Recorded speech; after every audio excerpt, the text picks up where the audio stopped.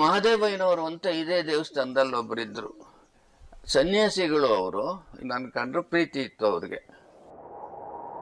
ನಮ್ಮೂರ್ಗೆ ಆಗಾಗ್ಗೆ ಪ್ಲೇಗ್ ಬರ್ತಾ ಇತ್ತು. ಒಂದೇ ದಿನ ನನ್ನ ಅಕ್ಕ, ನನ್ನ ಅಣ್ಣ 2 ಗಂಟೆ ಅಂತರದೊಳಗೆ ಸತ್ತು ಹೋದ್ರು. ನನಗೂ ಪ್ಲೇಗ್ ಆಗಿದೆ. ಆವಾಗ ನನ್ನ ತಾಯಿ ನನ್ನನ್ನು ಹೊತ್ಕೊಂಡು ಅವರು ತೊಡೆ ಮೇಲೆ ಹಾಕ್ಬಿಟ್ಲು.